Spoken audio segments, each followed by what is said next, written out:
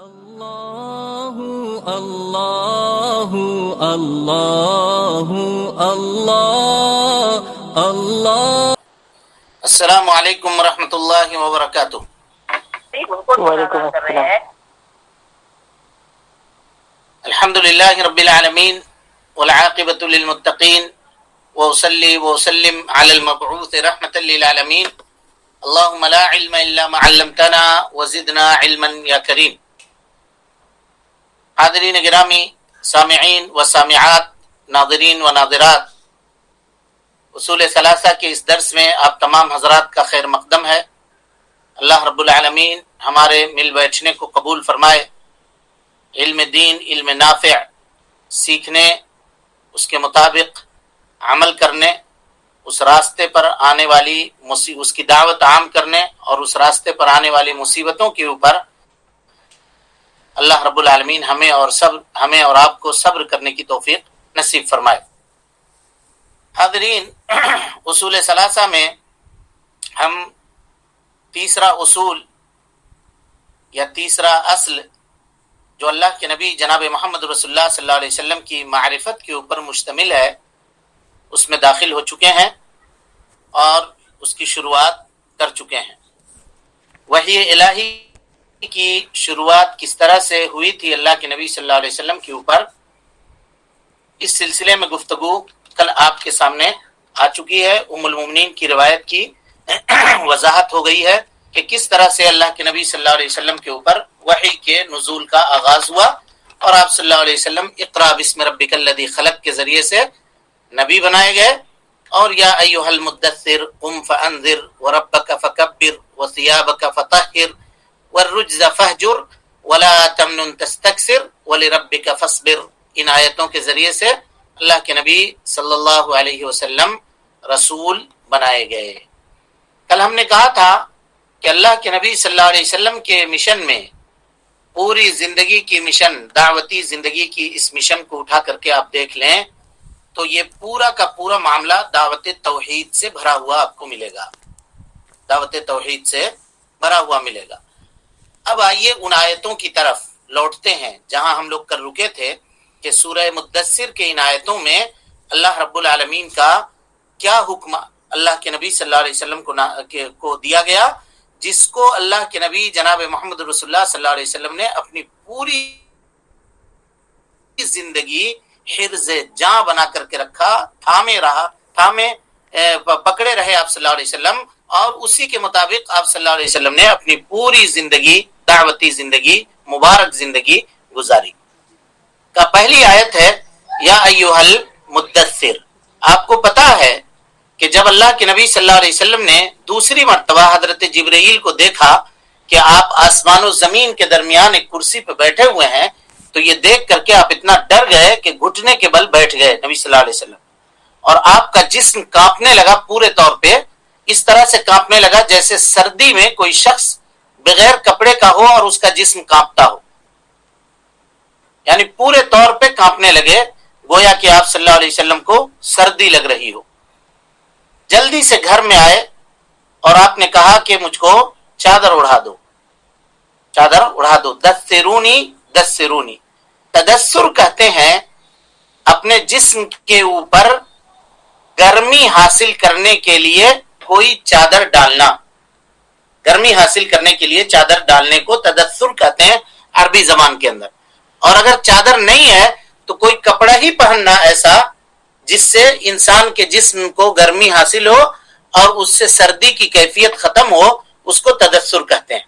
تو جب اللہ کے نبی صلی اللہ علیہ وسلم نے فرشتے کو دیکھا اور جسم آپ کا اس طرح سے کانپنے لگا جس طرح سے کسی شخص کو سردی لگتی ہے اور اس کا جسم کانپتا ہے، تو اللہ کے نبی صلی اللہ علیہ وسلم نے گرمی حاصل کرنے کے لیے ام المومنین حضرت خدیجہ سے کہا کہ مجھ کو چادر اڑا دو، مجھ کو چادر اڑا دو۔ ام المومنین نے آپ کو چادر سے ڈھک دیا، اور اس وقت جبرائیل امین نازل ہوئے اور یہ آیت لے کر کے اترے، یا ایھا المدثر، اے چادر سے لپٹنے والے، قوم، کھڑے ہوئیے، فانذر، لوگوں کو ڈرائیے، کس بات سے؟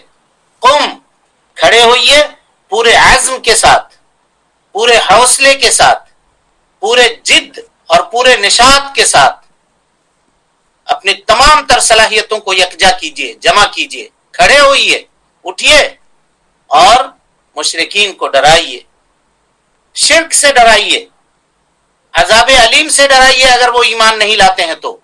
یہ قم کا معنی ہوا۔ اس کے بعد کہا وَرَبَّكَ فَكَبِّرْ، اپنے رب کی تکبیر بیان کیجئے، کبریائی بیان کیجئے، اپنے رب کی عظمت بیان کیجئے، اپنے رب کی تعظیم اور بزرگی بیان کیجئے۔ اور اللہ رب العالمین کی تعظیم اور بزرگی توحید کے بغیر ممکن ہے؟ نہیں۔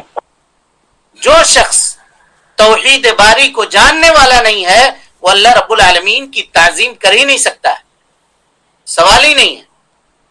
کہا وَرَبَّكَ فَكَبِّرْ، اپنے رب کی تکبیر بیان کیجئے، اور تکبیر رب کی تعظیم بغیر توحید کے مکمل نہیں ہو سکتی۔ جب تک بندہ اللہ رب العالمین کے توحید کو نہ سمجھے وہ اللہ رب العالمین کی عظمت کو نہیں سمجھ سکتا ہے، اس کی کبریائی کو، اس کی بزرگی کو نہیں جان سکتا ہے۔ اس کے بعد اللہ رب العالمین نے کہا وَثِيَابَكَ فَطَهِّرْ، اے اللہ کے نبی صلی اللہ علیہ وسلم اپنے اعمال کو شرک سے پاک کیجئے۔ علماء کا ایک قول ہے وَثِيَابَكَ فَطَهِّرْ کا معنی اپنے اعمال کو شرک سے پاک کیجئے، اور بعض اہل علم نے کہا کہ طہر ثیابک، اپنے کپڑے کو پاک کیجئے اللہ رب العالمین کی عبادت کے لیے۔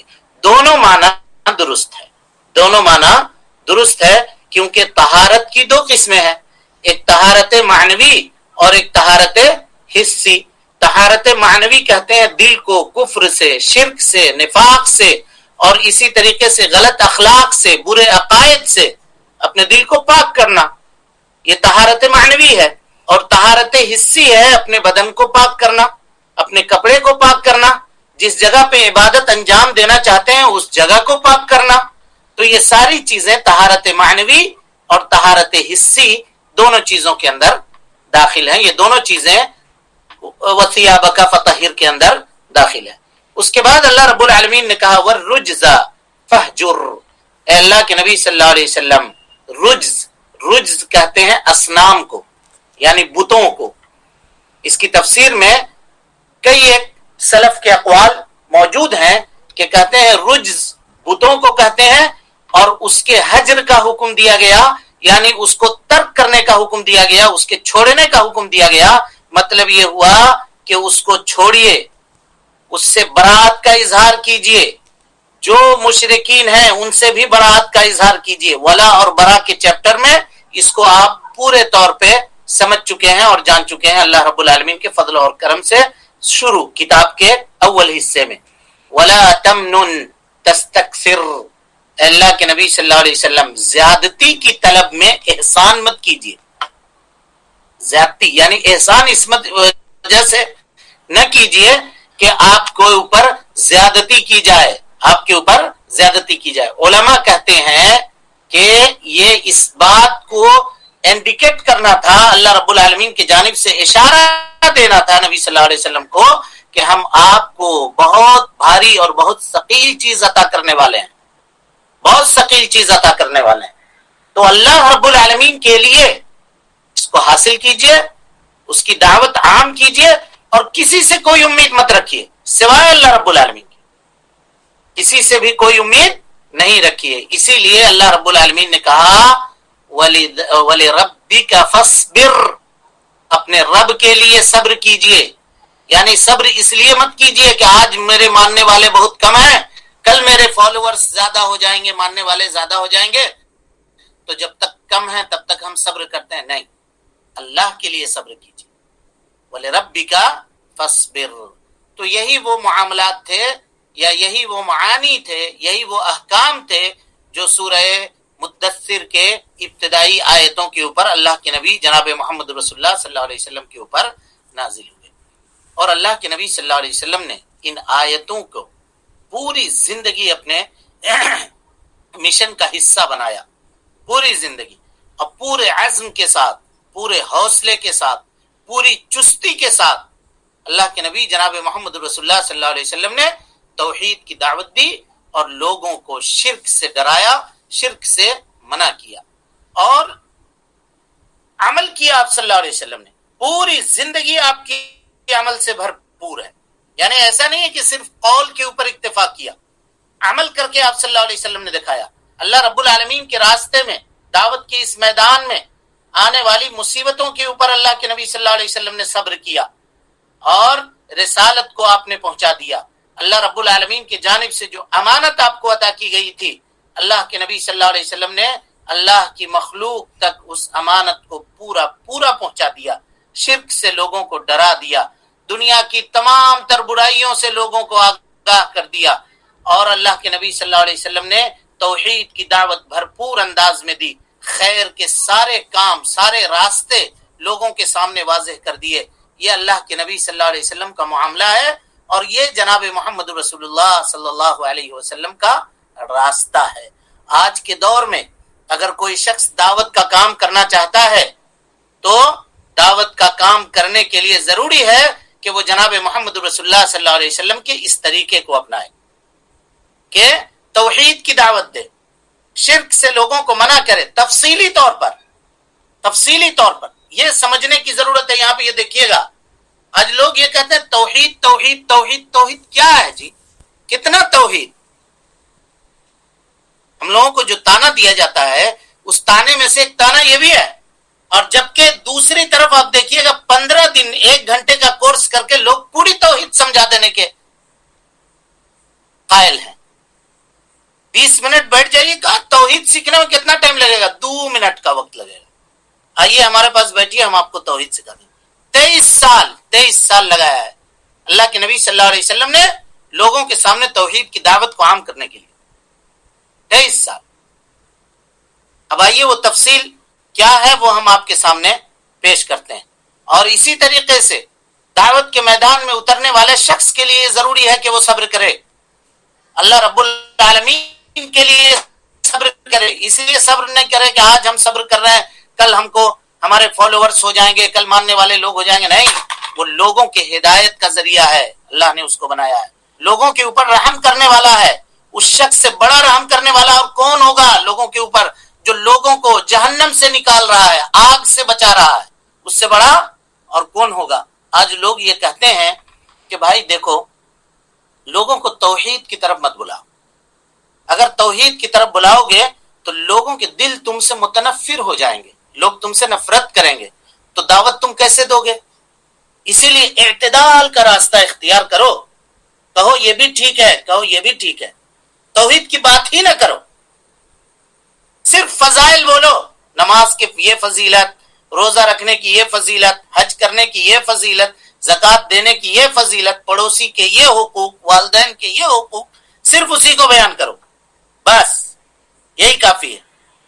سمجھ میں آ رہی بات؟ ایک گروہ، ایک طبقہ تو یہ کہتا ہے، اور دوسرا طبقہ کہتا ہے، ذرا کھل کے بات ہو جائے جب بات نکلی ہے اس تعلق سے، تو دوسرا طبقہ یہ کہتا ہے کہ دیکھو میاں، توحید تو بات کی چیز ہے، اس کو ہم صحیح کر لیں گے. پہلے ہم اخلاق کے ذریعے سے لوگوں کے سامنے آئے. اخلاق حسنہ ہماری ہونی چاہیے. کسی کو برا مت کہو، کسی کو برائی کے اوپر ٹوکو نہیں. کوئی مزار پہ جا رہا ہے وہ بھی ٹھیک ہے کہو، وہاں جا رہا وہ بھی ٹھیک ہے، کوئی کہیں ہے وہ بھی ٹھیک ہے، سب درست ہے، سب درست. پہلے آؤ، حکومت قائم کر لیتے ہیں، جماعت اسلامی کا نظریہ قائم کر لیتے ہیں. اس کے بعد لوگوں کو ہم چاہیں گے تو سب کو دین میں داخل کر لیں گے، سب کو اپنا بنا لیں گے، سب کو توحید بتا دیں گے. اس سے پوچھئے کہ کیا تم زیادہ جانتے ہو یا اللہ کے نبی صلی اللہ علیہ وسلم زیادہ جانتے تھے؟ کون جانتا تھا؟ بھائی اللہ کے نبی صلی اللہ علیہ وسلم سے یہ نہیں سنا آپ نے کہ مشرکین مکہ نے آ کر کے آپ کو آفر کیا تھا، یہ کہا تھا کہ اے محمد صلی اللہ علیہ وسلم، ان ترید المال، اگر آپ مال چاہتے ہیں ملکناک، آپ کو مال عطا کرتے ہیں. دولت چاہتے ہیں اعطیناک، دولت آپ کو دیتے ہیں. شادی کرنا چاہتے ہیں زوجناک، آپ کی شادی کر دیتے ہیں. کیا اللہ کے نبی صلی اللہ علیہ وسلم کو یہ بات اس وقت سمجھ میں نہیں آئی کہ اچھا جی یہ لوگ تو آفر کر رہے ہیں ہم کو بادشاہ بننے کا، ہم بادشاہ بن جاتے ہیں، حکومت سنبھال لیتے ہیں، اس کے بعد تو پولیس ہوگی، اپنی فوج ہوگی، اپنی ان لوگ کو جیسا چاہیں گے ویسا منوا لیں گے. اسلامی کا نظریہ بتا رہا ہوں آپ کے سامنے، بولیے۔ یہ بات اللہ کے نبی کو سمجھ میں نہیں آئی، جو بعد میں مفکرین کو سمجھ میں آ گئی، مودودی صاحب کو سمجھ میں آ گئی اور اس جیسے اور لوگوں کو سمجھ میں آ گئی۔ اعتدال اعتدال اعتدال کر کے دین کو چوچو کا مربع بنا کے رکھ دیا، دعوت کے نام پہ لوگوں کو دھوکہ دیا، اور یہ سمجھتے ہیں کہ نہیں ہم جو کر رہے ہیں یہی درست ہے، یہی صحیح ہے۔ یہ منہج نہیں ہے، اللہ کے نبی صلی اللہ علیہ وسلم کی دعوت کا یہ طریقہ نہیں ہے۔ دیکھیے کس طرح سے اللہ کے نبی صلی اللہ علیہ وسلم نے دعوت دی۔ لوگ کہتے ہیں ارے بدعت سے منع کر رہے ہو، کاہے کو؟ لوگ تم سے تمہارے دشمن ہو جائیں گے، تمہاری بات نہیں سنیں گے، تمہارے پاس نہیں بیٹھیں گے، نہ بیٹھے ہیں ان کی بلا سے۔ لیکن کیا ہم نبی صلی اللہ علیہ وسلم کے منہج کو چھوڑ دیں، آپ صلی اللہ علیہ وسلم کے طریقے کو چھوڑ دیں، اور آپ سے بہتر کوئی دعوت کا طریقہ جاننے والا ہے؟ آج لوگ کہتے ہیں موٹیویٹ کرو، ایسے ہی موٹیویٹ کرو، بیٹھاؤ لوگوں کو، چار آدمی بیٹھ گیا کرسی لگا کر کے ہاں ہاں ہاں ہی کر رہا ہے، یہ مسئلے ہیں آپ کے، وہ مسئلے ہیں آپ کے، فلاں مسئلے ہیں آپ کے، توحید کا مسئلہ ہے ایک پوچھیے تو معلوم نہیں، بڑے بڑے مسائل حل کر رہے ہیں اور لوگ ان کو خوب دیکھ رہے ہیں، نہیں یہی صحیح ہے، دین اصل یہی پیش کر رہے ہیں۔ علماء کیا ہے؟ علماء تو مسجد میں رہتے ہیں، مسجد پکڑ لیتے ہیں، یہ ہے۔ جان لیجئے میرے بھائیوں، جان لیجئے، اگر پوری زندگی ہم اپنی اور آپ اپنی پوری زندگی کا ایک ایک سیکنڈ اگر توحید بیان کرنے میں لگ جائے تو ہم اس کے مسائل کو نہیں ختم کر سکتے ہیں، نہیں بیان کر سکتے ہیں توحید کے مسائل کو۔ نبی صلی اللہ علیہ وسلم سے زیادہ کوئی بیان کرنے والا تھا؟ آخری وقت ہے آپ کا، اللہ اکبر، دنیا سے رخصت ہونے والے ہیں، اس وقت بھی آپ نے توحید بیان کی اور دنیا سے رخصت ہوئے۔ کہا لعن اللہ الیہود والنصارى، اللہ رب العالمین کی لعنت ہو یہود و نصارہ کے اوپر، اتخذوا قبور انبیائہم مساجدا، کہ ان لوگوں نے اپنے انبیاء کے قبروں کو مسجد بنا لیا، سجدہ گاہ بنا لیا۔ انی احذر عن ذلک، لوگوں میں تم کو اس سے منع کرتا ہوں، ایسا مت کرنا، سمت کرنا۔ کیا جواب ہے؟ کیا جواب ہے کسی کے پاس؟ بتائیے۔ دعوت دینے کا جو طریقہ پیارے مصطفیٰ صلی اللہ علیہ وسلم نے بتایا ہے، جو سکھایا ہے، اس طریقے سے بہتر طریقہ آج ہمارا ہو سکتا ہے؟ کسی دوسرے کا ہو سکتا ہے؟ بولیے بھائی، بالکل نہیں ہو سکتا۔ ام المومنین حضرت عائشہ صدیقہ رضی اللہ تعالی عنہ کہتی ہیں اول ما علمنا رسول اللہ صلی اللہ علیہ وسلم، سب سے پہلے بات اللہ کے نبی صلی اللہ علیہ وسلم نے جو ہمیں سکھائی ہے وہ ایمان ہے، سب سے پہلی چیز۔ ثم القرآن، اس کے بعد پھر قرآن کی تعلیم اللہ کے نبی صلی اللہ علیہ وسلم نے ہمیں دی۔ اگر شروع میں لوگوں کو یہ کہا جاتا کہ یہ کرو یہ نہ کرو تو لوگ آپ صلی اللہ علیہ وسلم کی بات نہیں مانتے۔ جب ایمان اللہ کے نبی صلی اللہ علیہ وسلم نے لوگوں کے دلوں کے اندر راسخ کر دیا، بٹھا دیا ایمان، تو پھر آپ نے اوامر اور نواہی کا حکم دینا شروع کیا۔ یہ آپ کے سامنے بات تھوڑی دوسری جانب نکل گئی، لیکن یہ ساری آج لوگ یہ کہتے ہیں، یہ بات ضروری تھی، یہ کہتے ہیں، اس وجہ سے اس کی وضاحت آپ کے سامنے ضروری تھی۔ چنانچہ سوال یہ ہے کہ اگر ہم چاہتے ہیں کہ ہم اللہ رب العالمین کی طرف لوگوں کو بلائیں تو کیسے بلائیں؟ تو ہم ان کو توحید کی طرف بلائیں، تفصیلی طور پر توحید کی طرف بلائیں، اور تفصیلی طور پر شرک سے منع کریں، اس کے جتنے اقسام ہیں اس سے منع کریں۔ خیر کی دعوت دیں، شرک سے، بدعت سے، برے اعمال سے منع کریں، اللہ رب العالمین کے اوپر اخلاص، خلوص اور للہیت کا دامن تھامے رکھیں، اور اللہ رب العالمین کے لیے صبر کریں اس راستے میں۔ اب سوال یہ ہے کہ ہم آج کل یہ social media, WhatsApp, Facebook, Zoom اور یہ دوسرے جو ایپس ہیں، اس میں اب اتنا مجال اس کا وسیع ہو گیا کہ یوں لگتا ہے کہ آدھی دنیا داعی ہے، آدھی دنیا داعی ہو گئی۔ حرج نہیں ہے، پوری دنیا کو داعی ہونا چاہیے، میں یہ نہیں کہہ رہا ہوں کہ اس سے کوئی پرابلم ہے، سمجھ میں آ رہی بات یا نہیں آ رہی ہے؟ لیکن طریقہ کیا ہے اس کا؟ کیسے جانیں گے کہ یہ نبی صلی اللہ علیہ وسلم کے منہج کے مطابق دعوت دینے والا ہے یا نبی صلی اللہ علیہ وسلم کے منہج سے ہٹ کر کے دعوت دینے والا ہے؟ کیسے جانیں گے؟ جب آپ دیکھیے کہ وہ توحید کی دعوت دے رہا ہے تفصیلی طور پر، شرک سے منع کر رہا ہے تفصیلی طور پر، بدعت سے لوگوں کو روک رہا ہے تفصیلی طور پر، پوری وضاحت کے ساتھ، پوری دلائل کے ساتھ، تو جان لیجئے کہ یہ دعوت کا کام کرنے والا ہے، اس کی بات سنی جائے گی اور اس کے طرف اس کی باتوں کو سننے کی دعوت لوگوں کو دی جائے گی. اور اسی طریقے سے اگر وہ شخص ایسا کرنے والا نہیں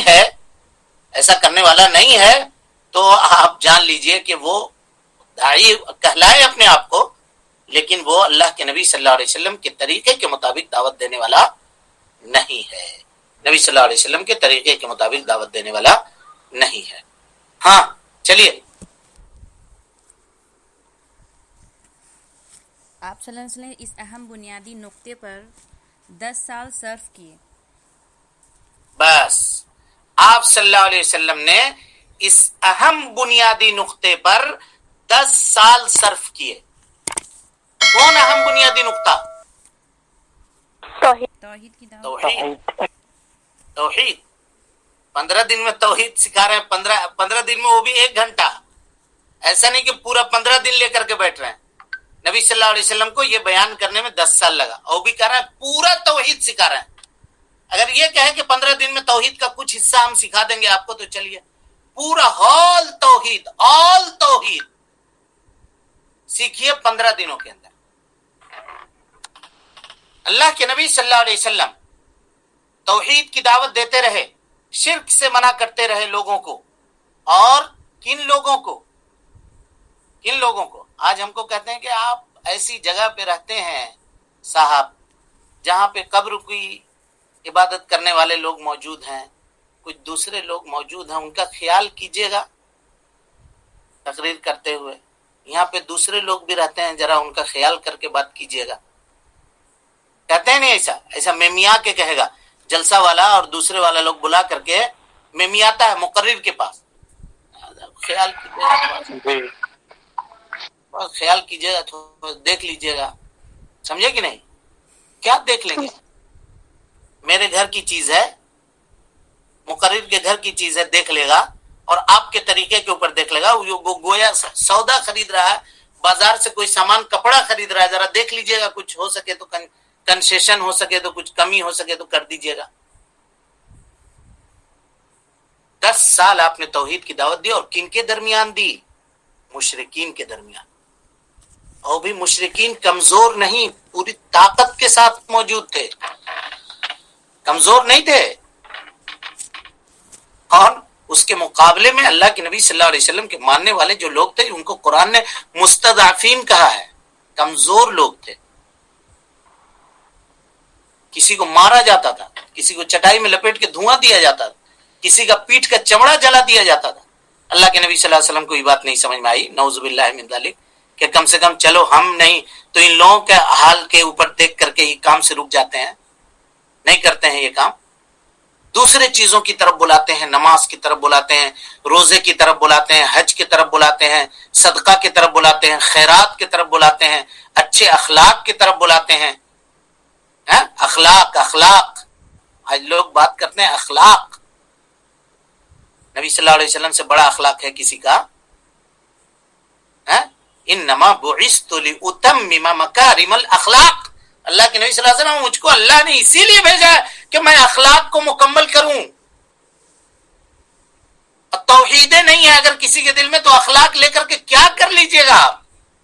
کیا فائدہ اٹھائیے گا؟ اس اخلاق کا بوجھا سر میں لے کر کے ڈھو کر کے کیا کر لیجئے گا جب آپ کے پاس توحید نہیں ہے تو؟ اور جب توحید آ جائے گا تو اخلاق توحید کی برکت سے بندے کے دل کے اندر خود بخود اللہ رب العالمین نافذ کرے گا. اس کی مثال صحابہ کرام رضوان اللہ علیہم اجمعین کی زندگی ہے. گویا اللہ کے نبی صلی اللہ علیہ وسلم 10 سال تک مشرکین مکہ کو توحید کی دعوت دیتے رہے، شرک کی حقیقت سے، شرک کی قباحت سے، شرک کی غلاظت سے، شرک کی نجاست سے لوگوں کو منع کرتے رہے. اور قسم اللہ کی، کیوں ایسا نہ ہو، کیوں ایسا نہ کریں اللہ کے نبی صلی اللہ علیہ وسلم. اللہ نے اسی لیے تو مخلوق کو پیدا کیا ہے.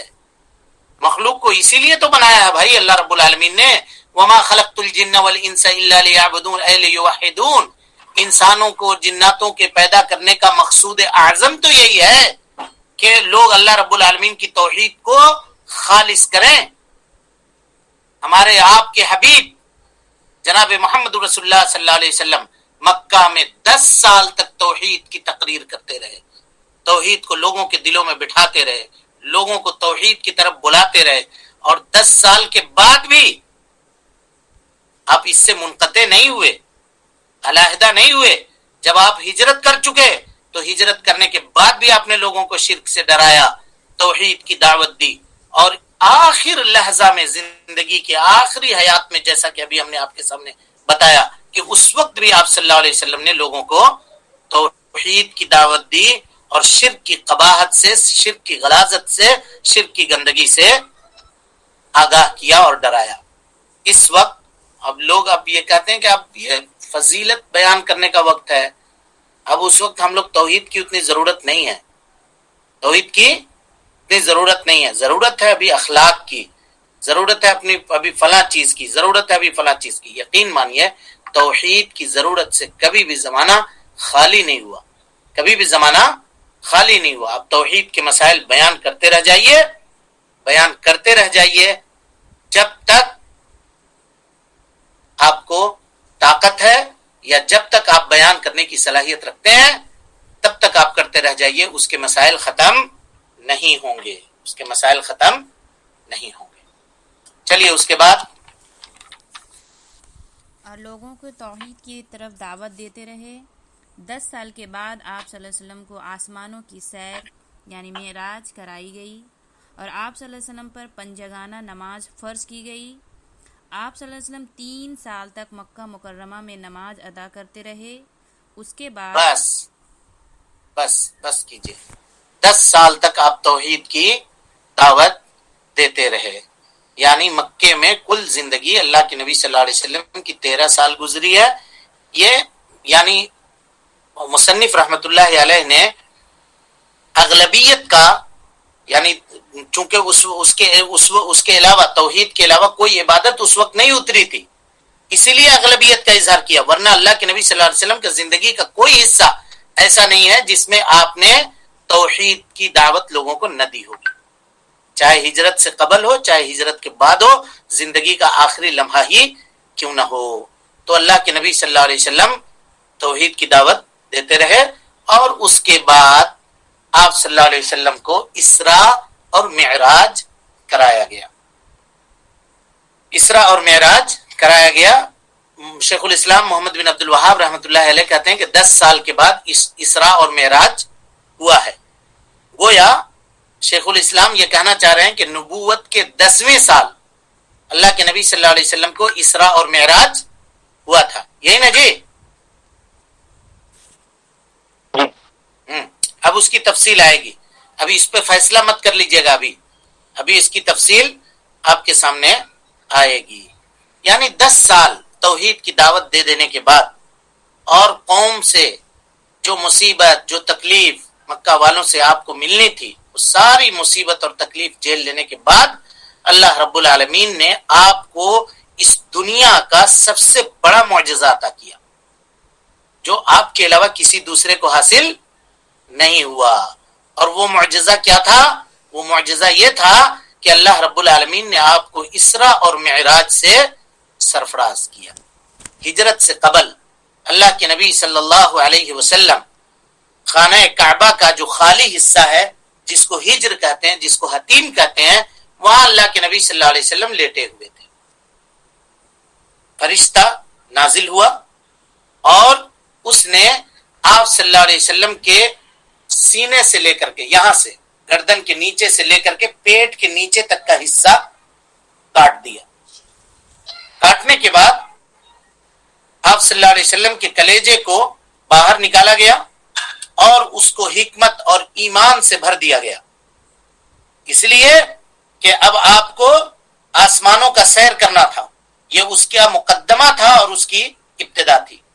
اس کے بعد اللہ کے نبی صلی اللہ علیہ وسلم کے سامنے ایک سفید کلر کا جانور لایا گیا جس جانور کو براق کہتے ہیں، جو گدھے سے بڑا اور کھچر سے چھوٹا، گدھے سے بڑا اور کھچر سے چھوٹا تھا، جس کا نام براق تھا۔